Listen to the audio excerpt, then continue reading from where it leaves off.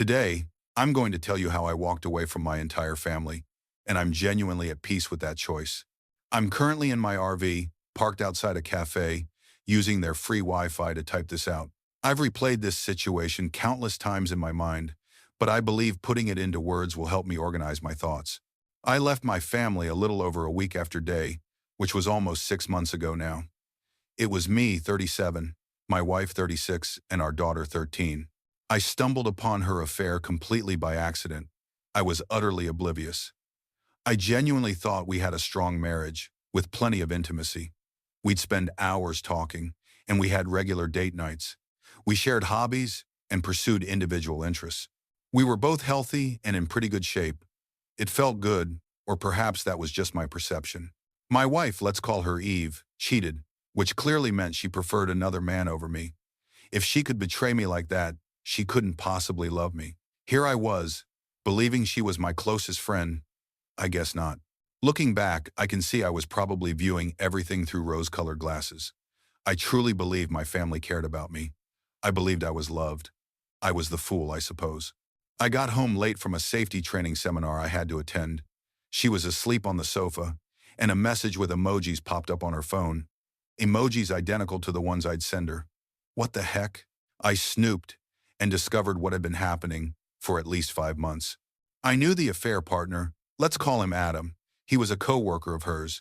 I had even been to a barbecue at his house and met his family. He was married with 3 children, the youngest just 2 years old. As I read the messages, something inside me just broke. It changed me at a fundamental level. While reading their exchanges, I went from loving Eve more than anything to hating her, then to feeling completely blank, not just about her, but about everything. Total numbness. I took photos of the messages and went to bed. I didn't sleep at all. I just stared at the ceiling. Eve was furious the next day that I went to bed without waking her. She complained about neck pain from sleeping on the couch all night. I wasn't really listening. I just remember everything feeling muted, as if someone had lowered the volume on the world. I was surprised by how little I cared. I felt practically nothing. I should have been angry, right? During breakfast, I didn't utter a single word. My wife and daughter chatted away, seemingly not noticing anything different about me, or even acknowledging my presence. But I definitely didn't feel like myself. I felt like a stranger, someone I didn't know or understand, wearing the shell of my old self. I went through all the usual daily routines. I went to work, did all the normal things. The only change was that I sort of stopped speaking. Sadly, I realized that nobody seemed to even notice. It was as if I wasn't even there. I started to understand that Eve and my daughter didn't truly love me. I was in the house with them, but unless they needed something from me, they didn't really interact. They talked at me, not with me, if that makes sense. I would get these sharp pangs of pain that would come and go, sometimes overwhelming me completely. I was not okay. I walked around like this for 5 days before Eve finally asked if something was wrong during dinner. I had probably spoken 3 words to her and my daughter in that entire period. I didn't even answer her question. I just made an "I'm okay, I don't know" face, then continued eating. She seemed fine with that. The next day, I didn't go to work. I worked for the local power company, fixing power lines and such. I packed some random belongings, plus my camping and hunting gear. I didn't really have a plan. I put it in my car and walked around the neighborhood for a while. I ended up at the kitchen table waiting for my wife to come home. She arrived with a few bags of groceries. Immediately, she began talking about her day while unpacking. I just sat at the kitchen table, consumed by pain. She didn't even look at me, apart from a quick glance as she entered the kitchen. My daughter popped in and did the same. Their backs were turned to me, and they talked about some trivial sale items. I have never felt so rejected, unappreciated, and utterly alone. I felt completely invisible, like I wasn't there or that I wasn't worth acknowledging. I thought back on our lives, and all I could see was that they didn't care about me at all. They probably never did. I was an accessory to their lives. I simply didn't matter to them. I was a convenient and useful prop. I was hit by a wave of pain. I cried, and still, they didn't notice. So I got angry, very angry. I had a glass of water in front of me. I stood up and threw it hard at the tiles above the sink. It shattered, glass shards raining everywhere. They both spun around, furious. They froze, unsure what to do when they saw my twisted, tear-soaked face. It was uncomfortably quiet for a long while before I spoke. Eve, I know everything about your cheating. I was surprised how clearly it came out, considering I was clenching my jaw so hard it hurt. My daughter looked at Eve. Is that true, Mom? Eve started trying to explain. She glanced at me briefly and said, sorry, I can explain. Then turned back to our daughter, and they started arguing again. It was as if I was invisible or something. Hello, the glass thrower here. After a few minutes of watching their increasingly heated argument, I just walked out and got in my car. I looked at them again through the window. They were still arguing in the kitchen. They didn't even notice I had left. I sat there for a few more minutes before I gave up and just drove off. It took maybe 15 minutes before Eve tried to call me, then call after call after call, then a flood of texts from both of them. I just ignored it and eventually turned the phone off. The next day, I took half of our money out and called my boss. I told him I didn't know when I would be back.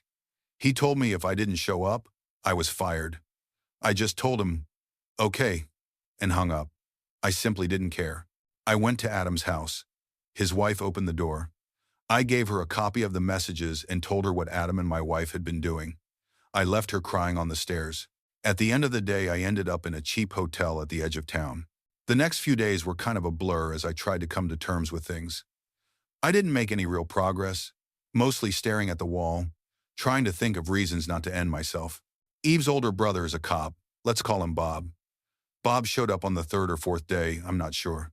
I don't know how he found me. He tried to interrogate me. I didn't say anything. When I didn't engage, he told me I was under arrest and put me in cuffs. However, he didn't take me to the station like I expected. He took me home instead. Bob dragged me into the living room, where my wife and daughter immediately started berating me. Still, I said nothing. I just listened in amazement while they told me how terrible this was for them. What an awful person I was for making them worry. It went on for a while. In the end, Eve screamed at me, "Say something!" I stared at her for a while before calmly saying, "I have nothing to say to you." Bob freaked out and slammed me against the wall, screaming at me not to talk to his sister that way. I got a lot of satisfaction out of Bob's violent reaction. I don't know why it made me so happy. I was laughing. Bob's wife had left him 4 months earlier. I smiled at Bob. "You're pathetic, Bob. Did you beat your wife too?" "Bob? Is that why she left you?" Bob hit me hard. I went down. Wife and daughter started screaming their heads off. As I started to get up, I just laughed even harder. I just couldn't help myself. I was bleeding from somewhere. I saw it on the floor. I was still in handcuffs, laughing. Maybe it was the absurdity of it all. I spat blood in Bob's face and said, "Screw you, Bob." He hit me again, hard enough to knock me out cold this time. I woke up in the hospital. I vomited all over the floor the second I opened my eyes, so I knew I had a concussion. Eve, Bob, and my daughter were there. They were talking at me. I was too confused to make it out. A nurse appeared and asked them to leave. She got me a pan to vomit in and called someone to clean. While she was taking my pulse, I told her that my family put me here and that they were not to come anywhere near me, that if they came back into the room, I would leave. I would just run away. She argued, rather sternly, that running or even getting up was a really bad idea for me, but she would talk to security. I didn't see them again in the hospital. It was bliss. Finally, I felt a little peace. I could think. I was thinking about perhaps reporting Bob to get him fired, but it's a small town. His colleagues would probably cover for him. I considered confronting my wife, but that didn't make any sense to me either. I decided to disappear, to turn into a ghost. I wanted nothing to do with these people ever again. I wrote a letter to each of them. I warned Bob that if he ever bothered me again, I would report him. I told my daughter that Eve had betrayed me and that she would be without a father from now on. To Eve, I wrote a longer letter. I tried to be as practical as possible. I told her to sell the house, that I wouldn't be paying the mortgage or utilities anymore. I told her reconciliation or even contact was impossible, especially after she had sent her brother to drag me back and beat me senseless in front of them. I explained that I wouldn't do anything for her ever again, so if she wanted a divorce, she would have to arrange it.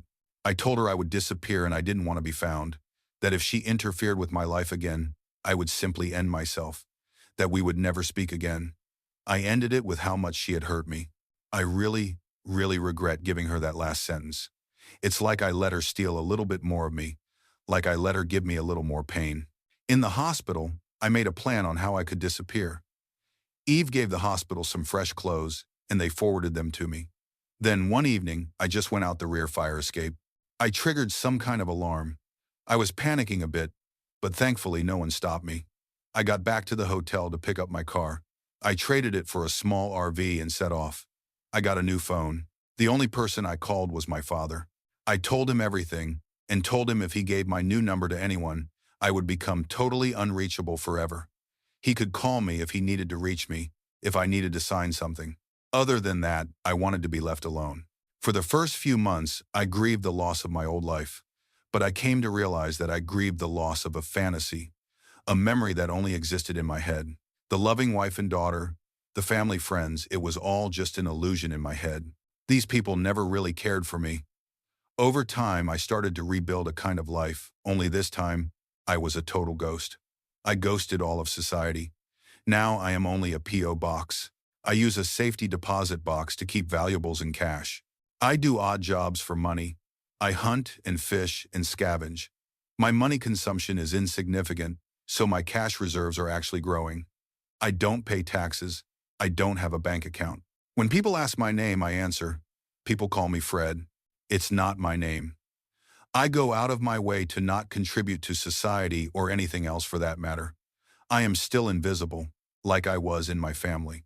At least now I am invisible to strangers, not people that claim to love me. And to be honest, I kind of like it now. I brew my own beer. I move around. I have no obligations. I work when I want. I spend a lot of time in nature, just relaxing. I have a few friends that I hunt and fish with. I am in amazing shape, the best shape of my life, actually. All in all, my life is getting better. At least now, no one is using me for nothing but their own benefit while pretending they care about me. I don't know what happened to my wife and daughter, my old friends, or the rest of my family. I don't know if I am divorced now or if I owe child support. I don't know what happened to the house. I really don't care. My father has tried to give me information a few times, but I shut that down hard. He's the only one I speak to occasionally from my old life. I feel free, relaxed, content. I could say happy even. I don't have much, but I don't need much. When I get to the end of the line, I will sell everything and burn the rest of my money. I will make sure there is nothing of value left, nothing left to remember me by.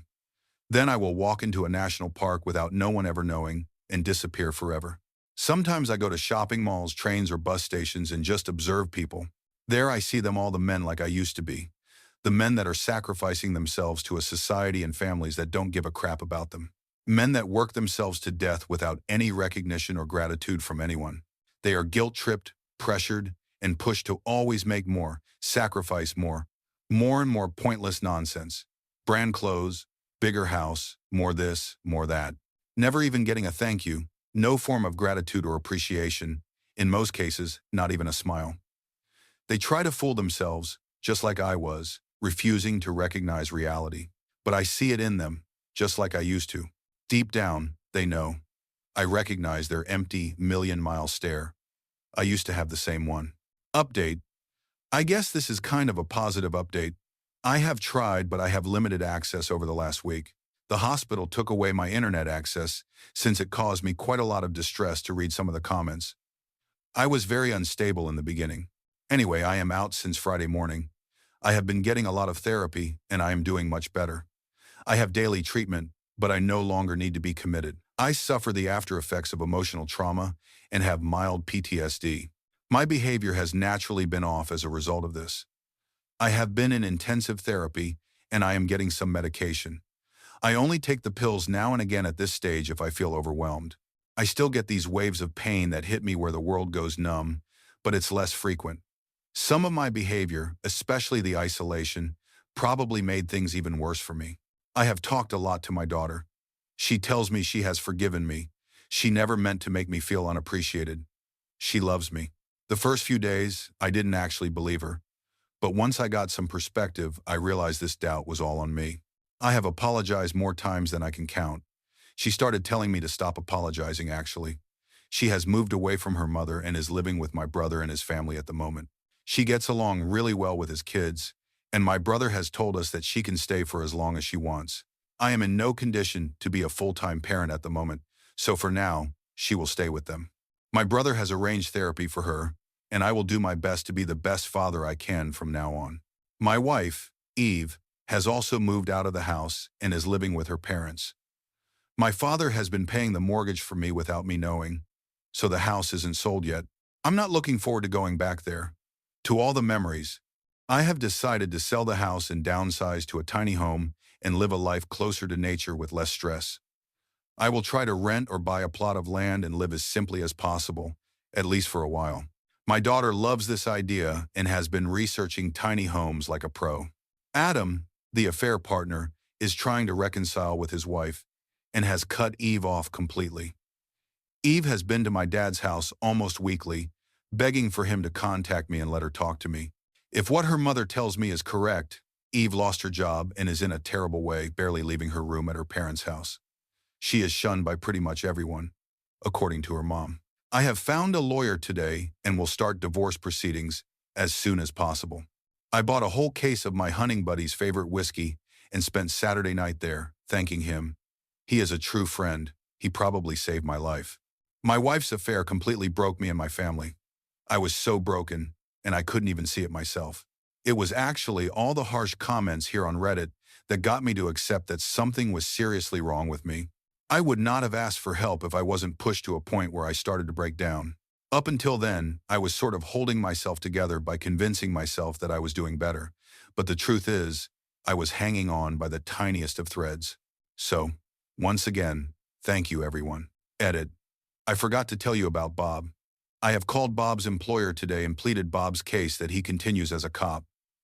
Bob visited me on Thursday. He had prepared all the paperwork for me to file a complaint against him. He made no excuses. He admitted his behavior was completely out of line. He apologized for losing control and that it was entirely his fault. He pushed me pretty hard to file against him actually, but I've been thinking about him. I have seen him throw himself in the path of a punch to protect an old woman being attacked. I know a lot of his colleagues, and they always talk about how he will always go the extra mile to help someone. I found out why his wife divorced him as well. Bob doesn't make much, but he donates 10% of his salary and volunteers 3 days a week to help the homeless. Apparently his ex found this to be unbearable. Bob refused to stop helping, so she divorced him. Bob is a good man. He lost control one time. I lost my way for over 6 months. I'm happy to take a beating to make sure a man like him can continue to do good. He took me to see the homeless people he helps today after I insisted, and he needs to keep doing what he is doing. Next update, 4 months later. I have gotten a lot of therapy, and I'm fairly stable. My daughter is doing well. I am, however, a different person now. I have a hard time trusting people apart from my daughter. I prefer solitude, and I have a very low public profile in general. I don't know if I would say something is broken inside of me. I guess you could say I am broken compared to who I used to be, but I am not unhappy. I am perfectly okay as a partial loner. I am just different now, I guess. The house is sold, and I bought a tiny home where my daughter and I live. It's not a tiny home like you see on TV. It has 2 separate bedrooms and a combined living room kitchen. It's in a secluded location on a 4-acre hillside and has a porch outside as big as the house and a wonderful view. I absolutely love the tranquility and the close proximity to nature in our new home. I am divorced, or almost divorced. It's just waiting on the formalities now. Expected time frame is 3 months. My soon-to-be ex-wife has been begging me a lot for a second chance almost daily, but she has not demanded anything from me. She doesn't try to excuse herself. She owns her affair. We use mediation, and she has given me everything, basically all our assets in full custody. The only thing she has asked for is to be allowed to visit often so she can try to repair her relationship with our daughter. She has offered to cook and clean as well, but I don't want to feel like I owe her anything. I will keep the household operational. It's tiny anyway, and I need some chores for my daughter. I don't want her to grow up to be a spoiled brat. My daughter and soon-to-be ex-wife's relationship is very strained. We will have to see how it goes. For those of you that want to tell me that this is a ploy to try to get back with me, don't worry, she is not sneaky about it at all. She has told me straight out that she hopes we can find a way back together and that she will make efforts towards that. If I put up boundaries, she has promised to respect that, so I'm okay. From my perspective, I have told her I want closure. but there's no way of repairing our relationship. We will be co-parents, and that's it. I have insisted on split custody since it's cumbersome to undo full custody after the divorce is final. Now that I can think straight, I want our daughter to have a relationship with her mother. I have forgiven her and moved on. I will live my life as I see fit from here on out. As for the assets, I will give her half at the last minute or directly after the divorce. We build up these resources during our marriage, so it's only fair she gets half, but I really want to see if she will go through with it, actually giving me everything. She is very remorseful, and I find it helps my healing. The soon-to-be ex-wife is still struggling. Some would say she is an absolute wreck. She is going to counseling. We all are, including family therapy for my daughter's benefit. I am determined to try to make up as much as possible for my daughter from my mistake. My daughter is very sharp. I believe she has forgiven me, but she watches very carefully how I act towards her mother. I'm determined to be a good role model, so I will act exemplarily. When I posted, I was actually in a really bad place. Thankfully, I was stupid enough to post on Reddit. I don't even know why I posted, to be honest, but I got some much-needed feedback that sort of snapped me out of it. It's been incredibly hard to deal with the aftermath, but I am finally starting to stabilize. Even if our family and marriage is destroyed, we will be okay in the end.